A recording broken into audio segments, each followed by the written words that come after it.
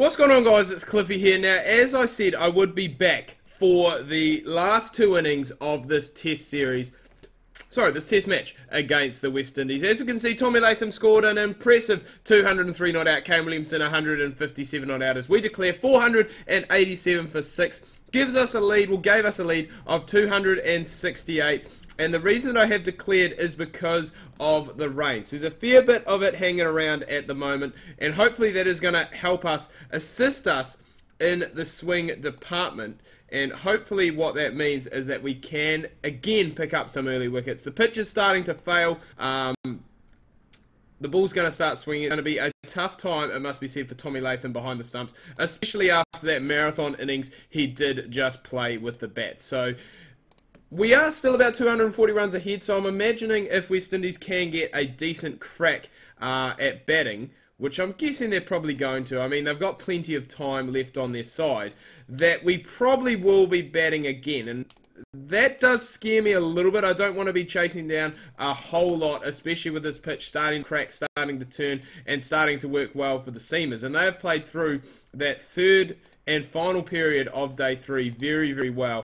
They've negated it very well. They haven't managed to lose any wickets. So hopefully we can do the same and pick ourselves up some wickets, which is exactly what Southee has gone and done first over,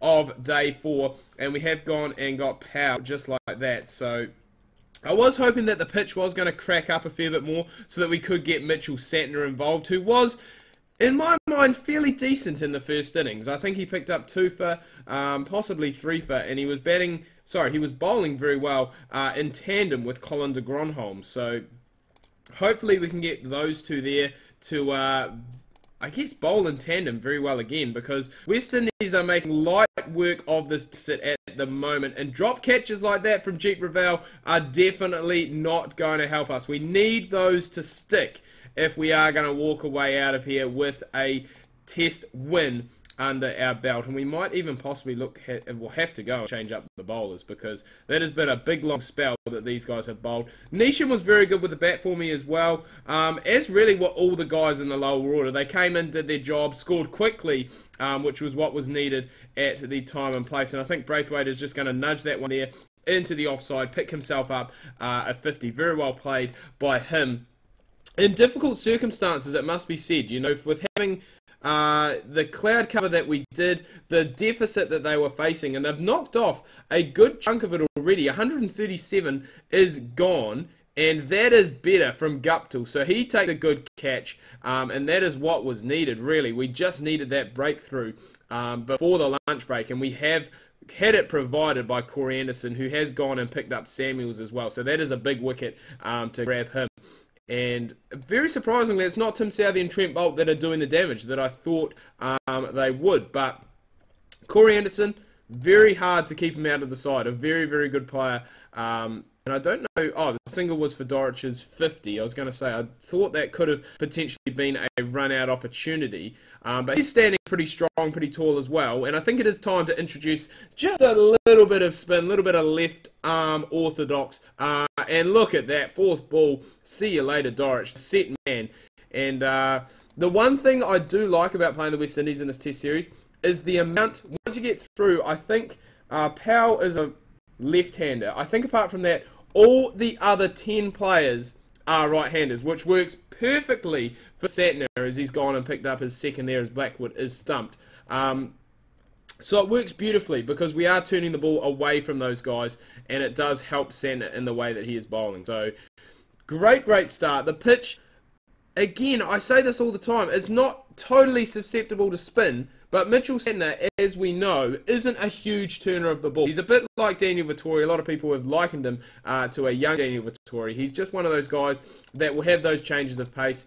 This is a very good period. A lot of dot balls, a lot of singles being bowled here. And we do have just a little bit of time left before the dinner break. And that gives me a chance to bring back ding-dong Tim Southee, as he's gone and knocked over Jason Holder like that. I don't know where the ding-dong came from, to be fair.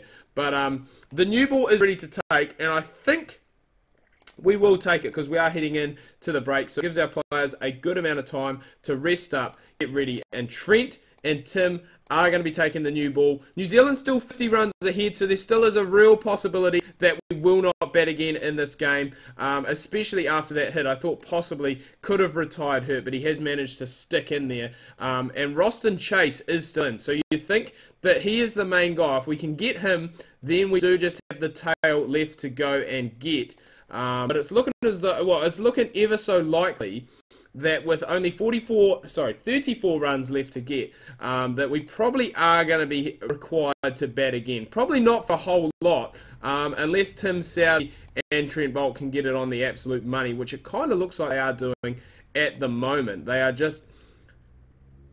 Oh, what a catch! No, it's not a catch! I was going to say... Martin Guptill, I think, at second slip, it was edged. He did everything he could, but it just didn't quite sit in there for him. And they're moving ever so closer, as I said, towards this, I guess, knocking off this deficit and making New Zealand bat again. There is only 20 runs left to go and get, and we are getting late into day 4. Roston Chase is very, very close to his 50. He has managed to go and actually pick it up, and it looks as though Kemar Roach, he is hanging around too, and probably, excuse me, looking to go and get New Zealand to bat again, which you'd have to imagine is going to happen now. We've found the edge of Chase a couple of times, but probably a little bit guilty of not having as of an attacking field. That one there has been played up by Roach, and it is going to be taken out there by Colin de Gromholm in the deep. That gives Anderson, I believe, his third for the game. Neesham gets his first. He gets Roston Chase. And we are actually going into a day 5, would you believe? Surely the umpires would have the common sense to essentially play that game out. It's the number 10 and the number 11, and they can't last too long. And all we have to do now is go out and hit ourselves 5 runs. So it's going to take us... oh my God, Jeet Ravel, you have to be dropped for the next game, son. That is the second failure in this test. And when you only need 5 and you've gone for that big elusive shot to win it, Tommy Latham plays that down. I think it is just going to be the one, but it means New Zealand win by 9 wickets. I can see Jeet Ravel made 14 before he ran himself out. So we probably will give him another chance just because... he can't drop a guy after 2 innings, surely. And I mean, he has shown that he does have the character to get the job done where required. But this is a great start to the test series for New Zealand. I think we've got a second test match after this. So the series, essentially, we cannot lose it at this stage. Tommy Latham, big shout out to him. 203 not out. Definitely going to keep him up the top and definitely keep him with the keeping glove as well. It's actually 3 tests, so that's good. That's something you don't see New Zealand playing a whole lot of, especially in New Zealand. You know, a lot of times it is just 2 test matches to accommodate for more one-day internationals or 2020 internationals. But we will definitely take that. Gives us a chance to win 3-0 against the West Indies. Sweep them under the carpet, which is what we are going to be looking to do, boys. But I'm going to wrap things up here. Do hope you've enjoyed this video. If you have, please remember to leave a like. If you are new, please do subscribe. Social media links are down below in the description. If you do want to have a chat, definitely go and hit me up there. And until next time, guys, ka kite anō. See you soon.